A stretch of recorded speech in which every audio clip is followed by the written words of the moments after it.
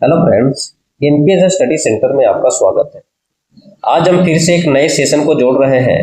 दोस्त, हमारे चैनल पर जो भी नए कैंडिडेट आए हैं उनको बता देते हैं कि हमारे चैनल पर एलपी सीबीटी 2 का टारगेट किया जा रहा है। एलपी सीबीटी 2 का अब एलपी सीबीटी 2 का टारगेट में आपको हम बताए थे कि रुकमनी पब्लिकेशन से हम चला रहे हैं। रुकमनी पब्लिकेशन से अब रुकमनी पब्लिकेशन में हम दो लेके चल रहे थे। एक ट्रेड का पोर्शन लेके चल रहे थे, एक ट्रेड का, और दूसरा बेसिक साइंस इंजीनियरिंग ड्राइंग का लेके चल रहे थे।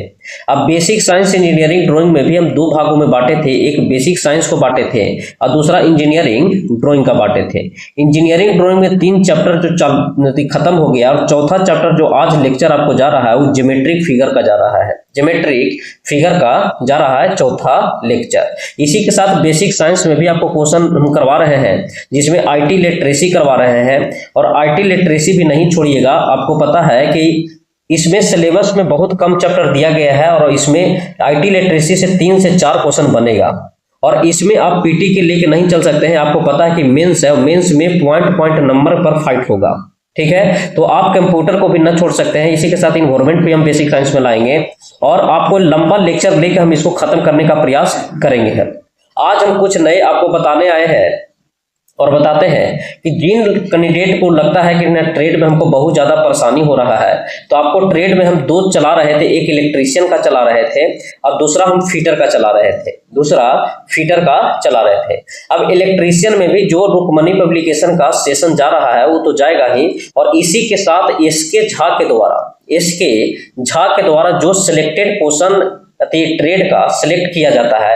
और पिछले बार भी आपको पता है कि 20 से 25 दिन में जो भी सेट करके देते हैं 400 से 500 कोई लेक्चर में जैसे ट्रेड लीजिएगा तो आपको करीब लगता है 800 क्वेश्चन का एमसीक्यू बनाते हैं जो वीवीआई रहता है। और उसको अगर पढ़ के जाइएगा तो आपको तो लाना है कितना, 27 नंबर पे टारगेट आ जाता है 35 नंबर। पिछले स्टूडेंट से भी हम पूछे हैं तो इनको पीडीएफ बहुत काम करता है ट्रेड के, जो ही एमसीक्यू के माध्यम से देते हैं। तो आपको अगर बात करिएगा तो आपको हम सेशन देने वाले हैं ट्रेड में।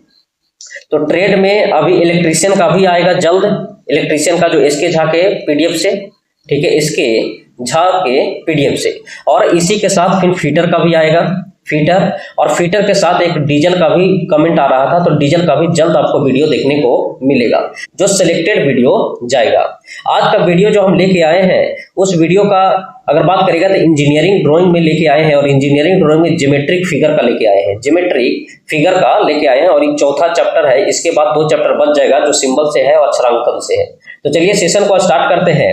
कुछ साउंड भी जा रहा होगा तो साउंड में थोड़ा कोऑपरेट करिएगा, ताकि अगल बगल जो भजन वगैरह भी चल रहा है इसके कारण साउंड जा रहा है। तो अब इंतजार भी नहीं कर सकते, इसलिए हम जो वीडियो बनाएंगे वो थोड़ा साउंड कोऑपरेट करिएगा। बाकी निरंतर आपको वीडियो पर डे मिलते रहेगा। चलिए आज का ज्योमेट्रिक फिगर में देखेंगे। ज्योमेट्रिक फिगर में 2019 में जो भी एलपी के द्वारा पूछे गए थे प्रश्न था उसी को पहले लगाए हैं, और इसके बाद जो भी एमसीक्यू बना है रुकमनी पब्लिकेशन से उसमें करने का प्रयास करेंगे। आज का जो पहला प्रश्न कहा गया है, इस प्रश्न में देखिएगा। इस प्रश्न में कहा गया है कि 2 सतहों के बीच बनी एक छोटी कोणीय सतह को क्या कहा जाता है। बोला है कि 2 सतहों के बीच बनी एक छोटी कोणीय सतह को हम क्या कहते हैं, तो कोणीय सतह को हम चैम्फर कहते हैं। कोणीय सतह को हम क्या बोलते हैं, तो चैम्फर बोलते हैं, जो 2 सतहों के बीच बना होता है। 2 सतहों के बीच बनी एक छोटी कोणीय सतह को हम चैम्फर कहते हैं। तो राइट आंसर हो जाएगा ऑप्शन नंबर ए। अगले प्रश्न में देखिएगा। अगले प्रश्न में कहा गया है कि कोण जो 2 तलों के बीच कोण को क्या कहते हैं। तो जो कोण है वो 2 तलों के बीच के कोण को हम द्वितल कहते हैं। तो राइट आंसर हो जाएगा ऑप्शन नंबर ए कि द्वितल कोण 2 तलों के बीच का कोण है। अगले प्रश्न में कहा गया है कि एक झुका हुआ किनारा होता है जो जुड़ने वाली सतह में समकोण पर नहीं होता है। बोला है कि एक झुका हुआ किनारा होता है जो जुड़ने वाली सतह में समकोण पर नहीं होता है। तो समकोण पर नहीं होता है जिसको हम बेवेल बोलते हैं। बेवेल एक ऐसे झुका हुआ सतह होता है या झुका हुआ किनारा होता है जो जुड़ने वाली सतह पर समकोण नहीं बनाता है। कौन सा, तो बेवेल। तो राइट आंसर हो जाएगा ऑप्शन नंबर ए। अगले प्रश्न देखिएगा। अगले प्रश्न में कहा गया है, इसमें बोला गया है कि अधिक कोण होता है तो आपको पता है कि अधिक कोण होता है जो 90 डिग्री से अधिक होता है और 180 डिग्री से छोटा होता है, उसको हम क्या बोलते हैं, तो अधिक कोण बोलते हैं। 90 डिग्री से कम होता है उसको हम क्या बोलते हैं, तो उसको हम न्यून कोण बोलते हैं, उसको न्यून कोण बोलते हैं। और 90 डिग्री पर एक कोण 90 डिग्री का बनाता है उसको हम क्या बोलते हैं, तो समकोण बोलते हैं। एक कोण 90 डिग्री जो बनाता है उसको हम समकोण बोलते हैं। अगले प्रश्न देखिएगा, इस प्रश्न में कहा गया है कि डैश डैश एक वक्र एक ऐसा वक्र है जिसे किसी वृत्त या किसी बहुभुज के खुले हुए किसी थ्रेड के मुक्त छोर से इस प्रकार खींचा जाता है कि थ्रेड हमेशा वृत्त या बहुभुज के भुजा पर संकुचित या स्पर्श रेखीय रहता है। बोला गया है कि वक्र एक ऐसा वक्र है जिसे किसी वृत्त या किसी बहुभुज के खुले हुए किसी थ्रेड के मुक्त छोर से इस प्रकार खींचा जाता है कि थ्रेड हमेशा वृत्त या बहुभुज की भुजा पर संकुचित होता है और उस स्पर्श रेखीय रहता है। तो इसका देखिएगा, इसको राइट आंसर अगर बात करिएगा तो ऑप्शन देख लीजिएगा, ये जो प्रश्न में दिया गया है इसका राइट आंसर जो होगा ऑप्शन नंबर सी होगा। अंतवर्लित कहा जाता है, इसको हम क्या बोलते हैं, तो अंतवर्लित कहते हैं। तो राइट आंसर हो जाएगा ऑप्शन नंबर सी। अगले प्रश्न देखिएगा, अगले प्रश्न में कहा गया है, इसमें बोला गया है कि कोई डैश डैश एक ऐसा वक्र है जो किसी वृत्त की परिधि के अंदर या बाहर किसी नियत बिंदु द्वारा तब बनता है जब वृत्त एक सरल रेखा पर घूमता है। बोला गया है कि कोई डैश एक ऐसा वक्र है जो किसी वृत्त की परिधि के अंदर या बाहर किसी नियत बिंदु पर तब बनता है जब वृत्त एक सरल रेखा में होता है, उसको हम रोचोइड कहते हैं, उसे रोचोइड कहते हैं। कि रोचोइड एक ऐसा वक्र है जो किसी वृत्त के परिधि के अंदर या बाहर किसी नियत बिंदु द्वारा तब बनता है जब वृत्त एक सरल रेखा में होता है। तो राइट आंसर हो जाएगा ऑप्शन नंबर डी। अगले प्रश्न देखिएगा, अगले प्रश्न में कहा गया है, इसमें बोला गया है, एक सेकंड, इसमें देखिएगा, इसमें कहा गया है कि किसी सामान्य द्वादश फलक में 12 समरूप फलक होते हैं। बोला गया है कि किसी सामान्य द्वादश फलक में 12 समरूप फलक होते हैं। तो बताइए 12 समरूप फलक जो होते हैं वो क्या होता है, तो पंचभुजीय होते हैं। द्वादश फलक में 12 समरूप होता है जो क्या होता है, तो पंचभुजीय होता है। तो राइट आंसर हो जाएगा ऑप्शन नंबर बी। अगले प्रश्न में देखिएगा, अगले प्रश्न में कहा गया है कि एक संकेतन दिया गया है 2 × 5 6, इसका अर्थ क्या होता है। तो इसका अगर अर्थ का बात करेगा तो इसका अर्थ होता है, जो यहाँ से लास्ट से लीजिएगा तो 6 हो गया, 6 इकाई हो गया व्यास, 6 इकाई, 5 को हम क्या कहते हैं, व्यास कहते हैं। तो 6 इकाई व्यास के 2 वृत्त है, 6 इकाई व्यास के 2 वृत्त है। तो राइट आंसर हो जाएगा ऑप्शन नंबर सी। अगले प्रश्न में देखिएगा,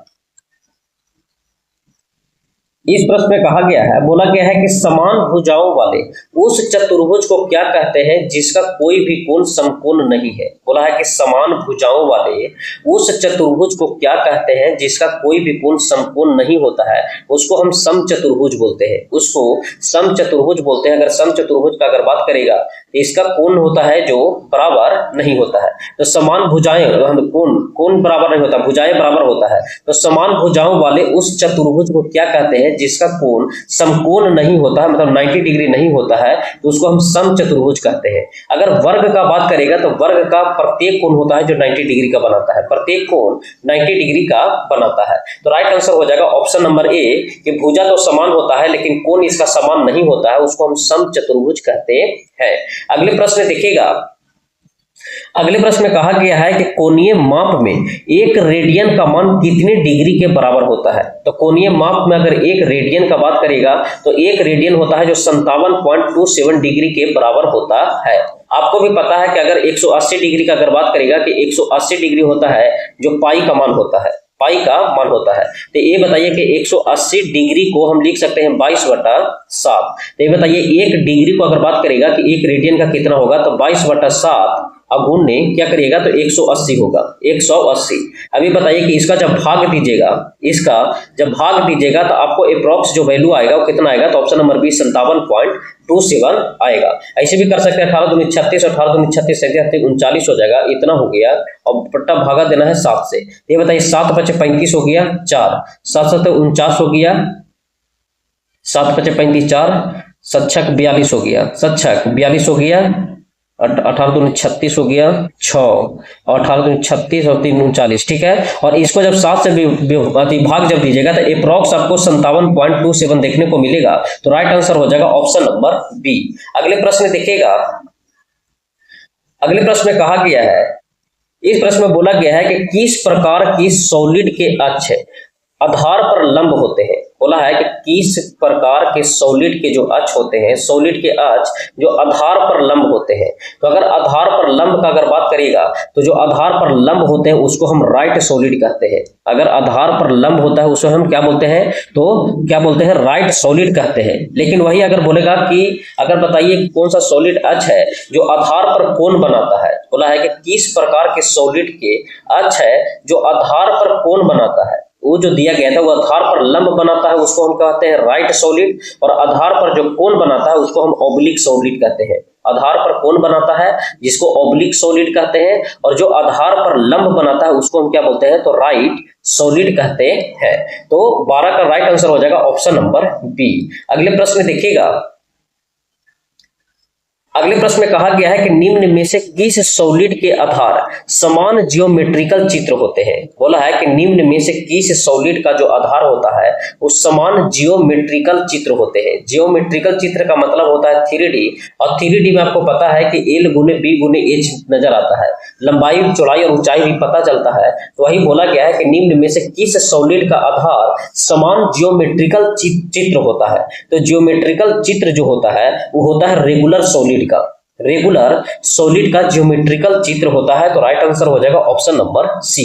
अगले प्रश्न में बोला गया है कि 3 से अधिक प्लेन्स या समतल सतह से घिरे सॉलिड को हम क्या कहते हैं। बोला है कि 3 से अधिक प्लेन्स या समतल सतह से घिरे सॉलिड को हम क्या कहते हैं। तो समतल सतह से घिरे सॉलिड को हम पॉलीहेड्रा कहते हैं, पॉलीहेड्रा कहते हैं। दोस्त बता देते हैं कि इसमें हम एक्सप्लेन इसलिए नहीं कर रहे हैं कि अगर एक्सप्लेन करने लगेंगे तो आपके पास टाइम नहीं है। तो जो भी आपको चैप्टर पीछे जैसे लाइंस था उसमें एक्सप्लेन करना था, इंस्ट्रूमेंट था उसमें भी एक्सप्लेन हम किए हैं, और अगर बात करेगा प्रोजेक्शन का तो हर एक क्वेश्चन को हम एक्सप्लेन किए हैं। लेकिन यहाँ ज्योमेट्रिक फिगर में आप ज्योमेट्री अगर पढ़े हो तो आपको यहाँ परेशानी देखने को नहीं मिलेगा। और आगे भी जो फिगर से क्वेश्चन है तो आपको हम सिर्फ एक तरह से रूबहू करवा देंगे, फास्ट रिवीजन करवा के, क्योंकि अब हर एक को एक्सप्लेन करने लगेंगे तो आपको पता है कि एक्सप्लेन जब पिछले वीडियो में हम करते थे तो मात्र 20 क्वेश्चन का एनालिसिस करवाते थे, उसमें आपको बहुत लंबा खींच लेगा, एक चैप्टर आपको लेके चल जाएगा 10 दिन का। इसलिए हम 40 से 50 क्वेश्चन कर करके आपको हम फास्ट रिवीजन करेंगे। अगर आपको फास्ट जिस तरीका से करा रहे हैं इसी तरीका से चाहिए तो कमेंट में जरूर राय दीजिएगा। अगर आपको चाहिए कि ना हमको एक्सप्लेन कराइए भले कम क्वेश्चन हो, तो उसमें क्या होगा कि हम सही टाइम पर जैसे एग्जाम के वक्त तक आपको पूरा कंप्लीट हम नहीं कर पाएंगे, क्योंकि बेसिक साइंस में भी अभी बहुत क्वेश्चन छूटा हुआ है, तो उसको चैप्टर भी हमको क्लियर करना हो, यहाँ भी क्लियर करना है। लेकिन एक लड़का का कमेंट आया था कि नहीं सर इंजीनियरिंग ड्राइंग में ज्यादा समस्या आ रहा है, इंजीनियरिंग ड्राइंग को भी लेके चलिए, इसलिए हम इंजीनियरिंग ड्राइंग को भी स्टार्ट किए हुए हैं।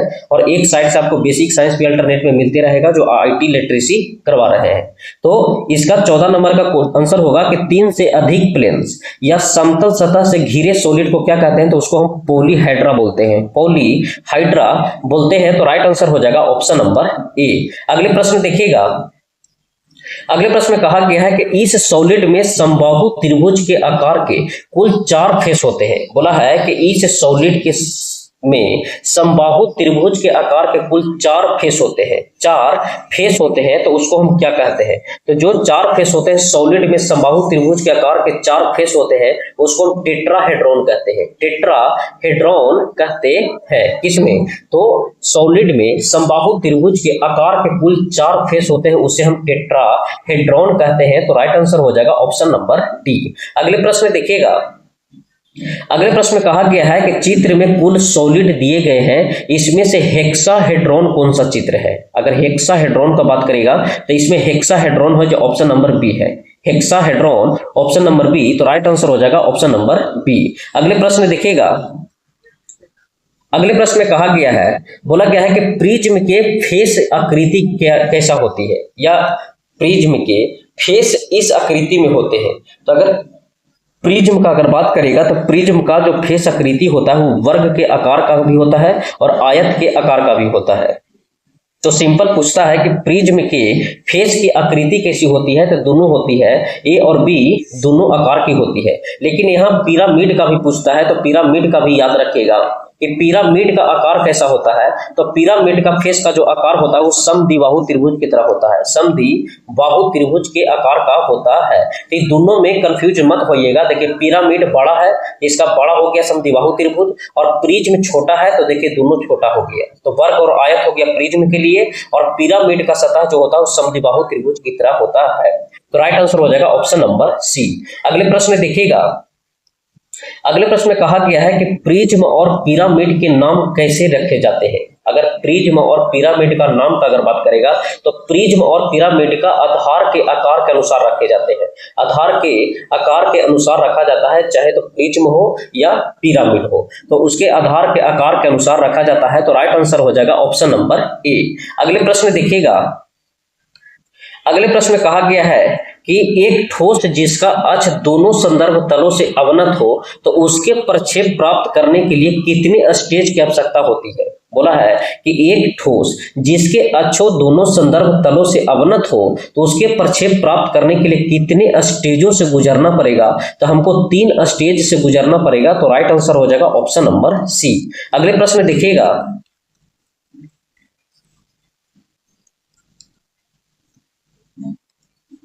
अगले प्रश्न में कहा गया है, इसमें कहा गया है कि एक ही ऊंचाई और व्यास के बेलन और शंकु अपने अपने आधार पर भूमि पर स्थित हो तो क्षैतिज तल में प्राप्त इसके प्रक्षेप होंगे। बोला गया है कि एक ही ऊंचाई तथा व्यास के बेलन और वह शंकु अपने अपने आधार पर भूमि पर स्थित हो तो क्षैतिज तल से प्राप्त इसका प्रक्षेप कैसा होगा। तो क्षैतिज तल से प्राप्त इसका प्रक्षेप जो होगा वो समान आकृति का होगा। बोला है कि एक ही ऊंचाई और तथा व्यास के बेलन और शंकु अपने अपने आधार भूमि पर स्थित हो तो क्षैतिज तल से प्राप्त उसके प्रक्षेप कैसा दिखाई देगा। तो दोनों का प्रक्षेप जो होगा वो समान आकृति का दिखाई देगा। जिस कैंडिडेट प्रोजेक्शन को पढ़े होंगे तो वो यहाँ के फिगर के माध्यम से भी आप बना सकते हैं, ठीक है। इसलिए दोस्त हम बता देते हैं कि शुरुआत में हम ये 3 चैप्टर, एक लाइंस हो गया, एक इंस्ट्रूमेंट हो गया और एक प्रोजेक्शन हुआ। ये तीनों चैप्टर को हम जिस तरीका से हम आपको ज्योमेट्रिक फिगर करवाएंगे या आगे चैप्टर करवाएंगे उस तरीका से अगर यहाँ करवाते हैं ना तो आपको समझ में नहीं आता। इसलिए इस चैप्टर को हम शुरुआत में ही बहुत अच्छे से एक्सप्लेन किए हैं, तनी छोटा छोटा क्वेश्चन लेके मात्र 20 को क्वेश्चन लाते थे और आपको आधा घंटा या 35 मिनट के वीडियो में हम बहुत अच्छे से क्वेश्चन बाय क्वेश्चन समझाते जाते थे, एक्सप्लेन करते जाते थे। तो जो भी कैंडिडेट वो वीडियो नहीं देखे हैं तो प्लेलिस्ट बना हुआ है, वहां से आप देख सकते हैं। हर एक क्वेश्चन को हम एक्सप्लेन किए हैं,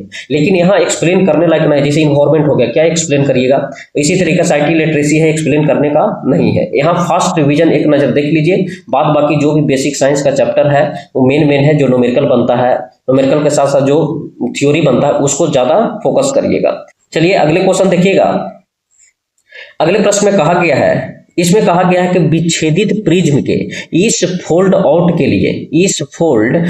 लिए समांतर प्रयोग में लाए जाने वाला शब्द क्या होता है। बोला गया है कि विच्छेदित प्रिज्म के इस फोल्ड आउट के लिए समांतर प्रयोग में लाए जाने वाला शब्द को हम क्या कहते हैं। तो उस शब्द को हम विकास कहते हैं। उस शब्द को हम क्या कहते हैं, तो विकास कहते हैं। तो राइट आंसर हो जाएगा ऑप्शन नंबर बी।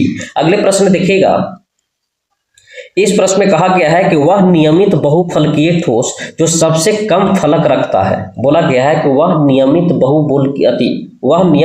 बहुफलकीय ठोस जो सबसे कम फलक रखता है। तो सबसे कम फलक जो रखता है वो चतुष्फलक रखता है। अगर चतुष्फलक में अगर सतह का बात करिएगा तो इसमें 4 सतह होते हैं। कितने, तो 4 फेस होते हैं। अगर वर्गाकार का अगर बात करेगा तो वर्गाकार में 5 सतह होते हैं।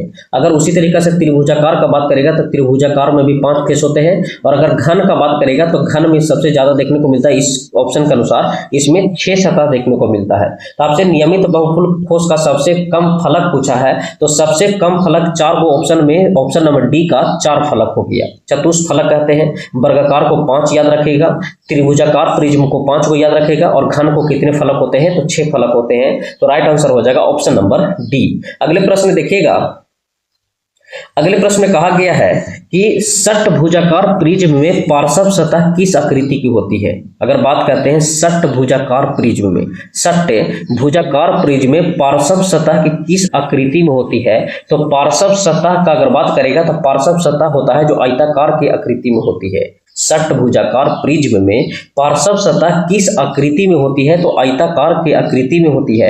तो राइट आंसर हो जाएगा ऑप्शन नंबर बी। बोला है कि 8 एक समान लंबाई वाली भुजाओं से बनी त्रिभुजाकार सतहों से कौन सी ठोस आकृति बनती है। बोला है कि 8 एक समान लंबाई वाली भुजाओं से बनी त्रिभुजाकार सतहों से कौन सी ठोस आकृति बनती है, तो ऑक्टागोन बनती है, ऑक्टाहेड्रॉन बनती है। तो हम कह सकते हैं कि 8 भुजाएं बोला है, कितना बोला है, तो 8 है। 8 एक समान लंबाई वाले भुजाओं से बनी त्रिभुजाकार को हम क्या बोलते हैं, तो ऑक्टाहेड्रॉन बोलते हैं, ऑक्टाहेड्रॉन बोलते हैं। तो राइट आंसर हो जाएगा ऑप्शन नंबर सी। अगले प्रश्न देखिएगा, अगले प्रश्न में कहा गया है कि 3 या 3 से अधिक भुजाओं या सीधी रेखाओं से घिरी समतलीय आकृति को हम क्या कहते हैं। बोला है कि 3 या 3 से अधिक भुजाओं या सीधी रेखाओं से घिरी समतलियों को हम क्या बोलते हैं, तो बहुभुज बोलते हैं, बहुभुज बोलते हैं। तो राइट आंसर हो जाएगा ऑप्शन नंबर डी। बोला है कि विपरीत भुजाएं बराबर और समांतर है और विपरीत कोण बराबर है परंतु विकर्ण बराबर नहीं है, लेकिन एक दूसरे को द्विभाजित करता है, इसका सही नाम बताइए। बोला है कि विपरीत भुजाएं बराबर हो, और जिसे विपरीत भुजाएं बराबर है और समांतर है और विपरीत कोण बराबर है परंतु विकर्ण इसका बराबर नहीं होता, उसको हम क्या बोलते हैं, तो उसी को हम समांतर चतुर्भुज कहते हैं। अगर बात करेगा तो इसका फिगर का, तो इस तरीका से समांतर चतुर्भुज जो होता है, ये दोनों इसका साइड क्या होता है, तो बराबर होता है। इसका अगर कोण का बात करेगा तो इसका विपरीत जो कोण भी होता है वो भी बराबर होता है, लेकिन डायगोनल जो होता है वो बराबर नहीं होता है, डायगोनल बराबर नहीं होता है। तो राइट आंसर हो जाएगा ऑप्शन नंबर डी। अगले प्रश्न देखिएगा, अगले प्रश्न में कहा गया है कि दी गई ज्यामितीय रचनाओं में से सप्तभुज को पहचानिए। सप्तभुज को पहचानना है, तो अगर सप्तभुज में अगर बात करेगा तो सप्तभुज कौन सा होगा, तो ऑप्शन नंबर सी। आप गिन सकते हैं, 1 भुजा, 2, 3, 4, 5, 6 और 7 हो गया। ये बताइए सप्तभुज का पहचान करना है, तो बहुत आसान क्वेश्चन था, ऑप्शन नंबर सी इसका राइट आंसर है। अगले प्रश्न में देखिएगा, अगले प्रश्न में कहा गया है कि समान हेप्टागोन की भुजाएं होती है। अगर समान हेप्टागोन का अगर बात करेगा कि समान हेप्टागोन की भुजाएं कितनी होती है, तो समान हेप्टागोन की भुजाएं 7 होती है। समान हेप्टागोन की भुजाएं कितनी होती है, तो 7 होती है। तो राइट आंसर हो जाएगा ऑप्शन नंबर सी। हेप्टागोन की भुजाएं कितनी, तो 7 है। अगले क्वेश्चन में कहा गया है कि बताइए चित्र में हेक्सागोन कौन सा है। अगर चित्र में हेक्सागोन का अगर बात करेगा तो हेक्सागोन जो चित्र में दिया गया है वो कौन सा है, तो ऑप्शन नंबर बी में है। हेक्सागोन में गिन सकते हैं कि 1 हो गया, 2 हो गया, 3 हो गया, 4 हो गया, 5 हो गया, 6 हो गया। तो ये बताइए 6 किनारे को हम क्या बोलते हैं, तो हेक्सागोन बोलते हैं। 6 किनारे को क्या बोलते हैं, तो हेक्सागोन बोलते हैं। और वही आपको जस्ट अभी हम बताएं कि 7 रेखाएं को क्या बोलते हैं, तो अगर 7 को बोलते हैं हेप्टागोन, किसको बोलते हैं, तो 7 भुजाओं को हेप्टागोन बोलते हैं और 6 रेखाओं को हेक्सागोन बोलते हैं। तो 29 का राइट आंसर हो जाएगा ऑप्शन नंबर बी। अगले प्रश्न में देखिएगा, इस प्रश्न में कहा गया है, इसमें बोला गया कि वृत्त की परिधि पर स्थित किन्हीं 2 बिंदुओं को मिलाने वाली एक सरल रेखा जो वृत्त के केंद्र से न गुजर वह क्या कहलाती है। बोला है कि वृत्त की परिधि पर स्थित किन्हीं 2 बिंदु, वृत्त की परिधि पर स्थित किन्हीं 2 बिंदु, एक हम वृत्त अगर बनाएंगे और वृत्त पर स्थित किन्हीं 2 बिंदु होता है, तो ये बताइए कि ये 2 बिंदु हुआ, मिलाने वाली एक सरल रेखा जो वृत्त के केंद्र से न गुजरे। ये बताइए केंद्र से अगर न गुजरेगा तो इस हिसाब से हम बनाएंगे। ये बताइए केंद्र से नहीं गुजरा है, तो बताइए न गुजरे तो क्या कहलाती है, तो ये बताइए इसको हम क्या बोलते हैं, तो इसको हम चाप बोलते हैं। इसको क्या बोलते हैं, तो जीवा बोलते हैं। माफ करिएगा, इसको आप क्या बोलते हैं, तो जीवा बोलते हैं। अगर चाप का बात करेगा तो चाप किसको बोलते हैं, तो ये जो नीचे जो बना है इसको हम क्या बोलते हैं, तो चाप बोलते हैं। तो राइट आंसर हो जाएगा इसको क्या बोलते हैं, तो जीवा बोलते हैं। अगले प्रश्न देखिएगा, अगले प्रश्न में कहा गया है, इस प्रश्न में बोला गया है कि वृत्त की परिधि के अंश को हम क्या कहते हैं। अगर वृत्त की परिधि के अंश का अगर बात करेगा तो वृत्त के परिधि का अंश का बात करेगा, तो ये बताइए कि हम बनाए थे क्या चीज, तो ये बनाए थे हम जीवा, ये जीवा हो गया। और जीवा के अगर अंश का अगर बात करेगा तो इस जो हम बना रहे हैं एक, इसी को हम क्या बोलते हैं, चाप बोलते हैं। तो ये बताइए कि ये हो गया चाप, और अगर ये क्या हो गया, तो ये हो गया जीवा, ये हो गया जीवा। और ये दोनों को मिला के हम क्या कहते हैं, तो इसी को हम सेगमेंट बोलते हैं। क्या बोलते हैं, तो सेगमेंट बोलते हैं। और सेगमेंट का हिंदी क्या होता है, तो वृत्तखंड होता है। तो इन दोनों को मिला के हम क्या तैयार करते हैं, वृत्तखंड कहते हैं। लेकिन आपसे वृत्त के परिधि का अंश पूछा था, तो वृत्त का परिधि का जो अंश होता है वो कौन सा होता है, तो चाप होता है। तो राइट आंसर हो जाएगा ऑप्शन नंबर ए। अगले प्रश्न में देखिएगा, अगले प्रश्न में कहा गया है कि एक वृत्त में डिग्री होते हैं। अगर एक वृत्त का अगर बात करेगा तो एक वृत्त में कितने डिग्री होते हैं, तो 360 डिग्री का डिग्री बनता है एक वृत्त का। अगले प्रश्न में देखिएगा, अगले प्रश्न में बोला है कि एक न्यून कोण का जिक्र करना है कि निम्न में से कौन सा एक न्यून कोण है। तो अगर न्यून कोण का अगर बात करेगा तो न्यून कोण में बताया जाता है कि 90 डिग्री से छोटा होता है, 90 डिग्री से छोटा जो होता है उसको हम क्या बोलते हैं, तो न्यून कोण बोलते हैं। तो ये बताइए 90 डिग्री से छोटा कौन सा है, तो एक 25 डिग्री है। तो राइट आंसर हो जाएगा ऑप्शन नंबर ए। अगले प्रश्न देखिएगा,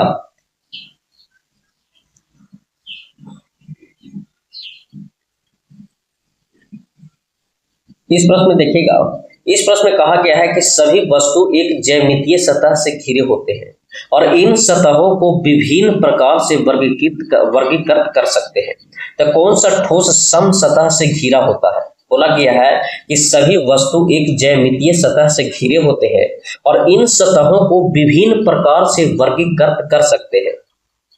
तो कौन सा ठोस सम सतह से घिरा हुआ है, तो कौन सा ठोस होता है जो सम सतह से घिरा होता है, उसको हम पिरामिड बोलते हैं।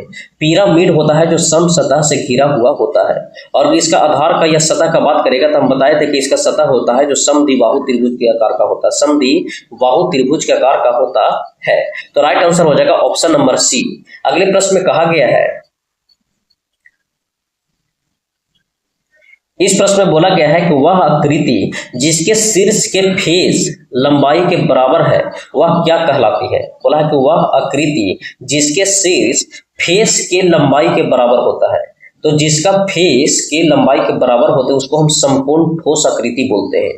बोला है कि वह आकृति ज्ञात कीजिए जिसके शीर्ष के फेस लंबाई के बराबर होता है। शीर्ष का जो फेस होता है वो लंबाई के क्या होता है, तो बराबर होता है। उसको हम समकोण ठोस आकृति कहते हैं, समकोण ठोस आकृति कहते हैं। तो राइट आंसर हो जाएगा ऑप्शन नंबर ए। अगले प्रश्न में कहा गया है कि 3 से अधिक तलों या समतल सतह से घिरी आकृति को क्या कहते हैं। बोला है कि 3 से अधिक तलों या समतल सतहों से घिरी आकृति को हम क्या कहते हैं, तो उस घिरी आकृति को हम बोलते हैं पॉलीहेड्रॉन बोलते हैं। पॉलीहेड्रॉन कहते हैं जो 3 से अधिक तल या समतल से घिरी होती है। तो प्रश्न में बोला गया है कि 3 से अधिक तल या समतलों से घिरी को हम क्या बोलते हैं, तो पॉलीहेड्रॉन बोलते हैं। तो राइट आंसर हो जाएगा ऑप्शन नंबर बी। अगले प्रश्न में देखिएगा, अगले प्रश्न में कहा गया है कि एक अष्टभुजी बहुभुज को क्या कहते हैं। एक अष्टभुजी बहुभुज को हम क्या बोलते हैं, तो एक अष्टभुजी बहुभुज को हम ऑक्टागोन कहते हैं, ऑक्टागोन कहते हैं। और आपको हम बताए थे कि अष्टभुजी जो होता है वो 8 भुजाओं वाली बहुभुज होता है, 8 भुजाओं वाली बहुभुज होता है। तो 8 भुजाओं वाली बहुभुज को अष्टभुजी कहते हैं और अष्टभुजी बहुभुज को हम क्या बोलते हैं, तो ऑक्टागोन कहते हैं, ऑक्टागोन कहते हैं। तो राइट आंसर हो जाएगा ऑप्शन नंबर ए। अगले प्रश्न में देखिएगा, अगले प्रश्न में कहा गया है कि नियमित बहुभुज होते हैं। अगर नियमित बहुभुज का अगर बात करेगा तो नियमित बहुभुज होता है जो 4 से अधिक भुजाओं वाली होती है। 4 से अधिक भुजाओं वाले को हम क्या बोलते हैं, तो नियमित बहुभुज बोलते हैं। तो नियमित बहुभुज होते हैं जो 4 से अधिक भुजाओं वाली होती है। तो राइट आंसर हो जाएगा ऑप्शन नंबर डी। अगले प्रश्न में देखिएगा, अगले प्रश्न में कहा गया है कि चित्र में कौन सा ठोस समतल सतहों को से घिरा होता है। बोला है कि चित्र में कौन सा ठोस समतल सतह प्लेन सरफेस से घिरा हुआ है। तो प्लेन सरफेस से घिरा हुआ है कौन सा, तो ऑप्शन नंबर ए जो है वो प्लेन सतहों से घिरा हुआ है। तो हम कह सकते हैं कि कौन सा ठोस समतल सतह है जो प्लेन से घिरा हुआ है। तो राइट आंसर हो जाएगा ऑप्शन नंबर ए। अगले प्रश्न में देखिएगा, अगले प्रश्न में कहा गया है, बोला गया है कि पिरामिड के फेस किस आकार की होती है। तो आपको हम बताए थे कि पिरामिड का अगर बात करेगा तो पिरामिड का जो फेस होता है वो कैसा होता है, तो समद्विबाहु त्रिभुज के आकार का होता है, समद्विबाहु त्रिभुज के आकार का होता है। लेकिन अगर यही प्रिज्म का अगर बात करें कि बताइए कि प्रिज्म का कैसा होता है, तो प्रिज्म के आयत का भी लेता है अगर आकार का बात करेगा तो, और वर्ग के आकार का भी होता है। तो आयत और वर्ग के आकार का होता है किसका, तो प्रिज्म का। वर्ग और आयत का होता है किसका, प्रिज्म का। अगर आयत का बात करेगा और वर्ग तक किसका, तो प्रिज्म का। अगर पिरामिड पूछेगा तो पिरामिड का होता है कौन सा, तो समद्विबाहु त्रिभुज होता है। तो राइट आंसर हो जाएगा ऑप्शन नंबर डी। दोस्त बता देते हैं कि इस सेशन में हम 40 प्रश्न ही रखने का कोशिश किए हैं, क्योंकि थोड़ा कंफ्यूजन भी है, आप पढ़ लीजिएगा और आपको पर डे वीडियो एक बेसिक साइंस का मिलेगा और एक इंजीनियरिंग ड्राइंग का मिलेगा। और ये दोनों छोड़ा के ट्रेड जिनको है, अगर ट्रेड का बात करेगा तो एक बार और हम जिक्र कर लेते हैं। अगर ट्रेड का बात करेगा तो ट्रेड में तो हम जो चला रहे हैं वो इलेक्ट्रीशियन में जो रुक्मणी पब्लिकेशन है उसमें आपको 7वां चैप्टर चल रहा है। इसमें तो 3-4 चैप्टर और बचा हुआ है जो जिससे ज्यादा प्रश्न बनता है, वो करवाने के बाद एसके झा के द्वारा जो भी सिलेक्टेड क्वेश्चन ट्रेड का मिलेगा, इलेक्ट्रीशियन का हम लेंगे और इसी के साथ आपको फीटर भी मिलेगा, और इसी के साथ डीजल भी मिलेगा। ठीक है, ये दोनों लेक्चर भी आपको इसके झा द्वारा जो भी सिलेक्टेड क्वेश्चन किया गया है 400, 500 या 1000, उसको हम मैक्सिमम प्रैक्टिस करवाने का प्रयास करेंगे। अब लास्ट टाइम में आप एमसीक्यू के माध्यम से आप ट्रेड को क्वालिफाई कर सकते हैं। तो जो भी एमसीक्यू लावेंगे उसको आप स्पीड करके 2 के स्पीड या 1.5 के स्पीड आप करके फास्ट इस रिवीजन कर सकते हैं। तो आपको ट्रेड का वीडियो जल्द आपको देखने को मिलेगा, बस चैनल से जुड़े रहिएगा। तो चलिए, वीडियो आपको अगर पसंद आया है तो लाइक, सब्सक्राइब और कमेंट में जरूर राय दीजिएगा। इस सेशन को देखने के लिए धन्यवाद।